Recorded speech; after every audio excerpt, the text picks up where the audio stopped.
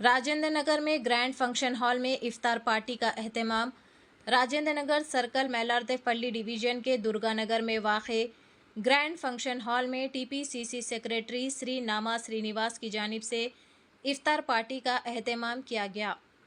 इस प्रोग्राम में राजेंद्र नगर के एमएलए टी प्रकाश गौड़ मेहमान खुसूसी के तौर पर शरीक हुए। इस मौके पर एमएलए टी प्रकाश गौड़ ने कहा कि मुसलमान भाई पूरे 30 दिनों तक इंतहाई अक़ीदत और एहतराम के साथ रोज़े रखते हैं और दिन में 5 वक्त की नमाज अदा करते हैं। उन्होंने मज़ीद कहा कि श्रीनिवास गौड़ की जानिब से इफ्तार पार्टी का एहतमाम एक खुश आइंद इक़दाम है जो भाईचारे और यकजहती की अलामत है। चैनल को लाइक करें, शेयर करें और फॉलो ज़रूर कर लें।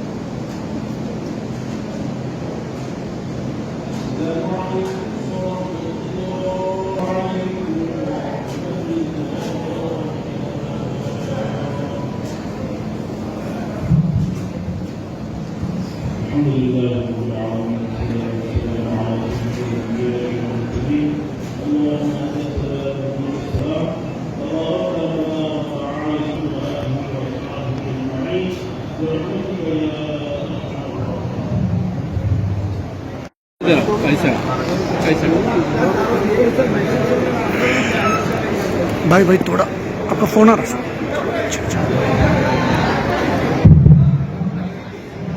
रमजान मुबारक